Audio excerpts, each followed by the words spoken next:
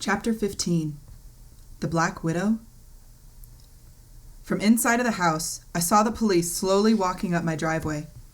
The young officer seemed to be concentrating on the concrete and was shaking his head. Bristling, I knew what this was. I'd seen it too many times before. I felt like pounding the wall with my fists, but stood bewildered for a moment.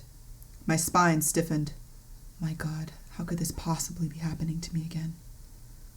I've already endured this hell and the shock. I took in a deep breath, wringing my hands and rubbing my pant legs nervously. They knocked gently. I could hear my breathing.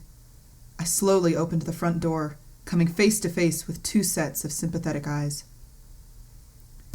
Steve had duct-taped a vacuum hose to the exhaust pipe of his Audi and snaked the tube through the window, apparently vigilant in taping the crack between the window and the car frame to make sure that no poison could escape.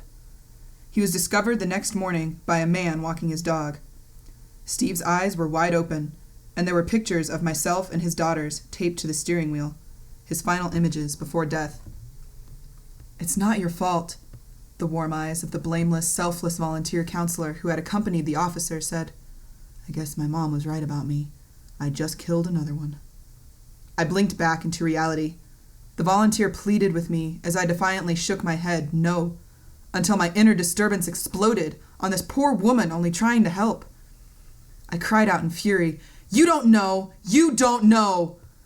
As in, she didn't know me. She didn't know that this wasn't my first rodeo, and that I was cursed, and I should have been purged from society or incarcerated immediately to avoid causing anyone else any harm. I didn't kill Steve, but I was guilt-ridden and, in some measure, accountable. My integrity insisted that I should take a huge hit for timing, credibility, and ethical miscues. I didn't help him enough. I felt vexatious, cursed, as if dark, ominous storm clouds hovered over me. It didn't rain on me, but on those whom I loved. It was a harsh reality to accept. On the other hand, Steve permitted an unsure immediate future to push him to perform an act he knew destroyed families and caused broken hearts. How could he know that and still do it? He had listened to stories of suicide survivors in meetings. He had passed out tissues to those who cried and hugged those who stomped their feet in frustration. I have a habit of collecting strays.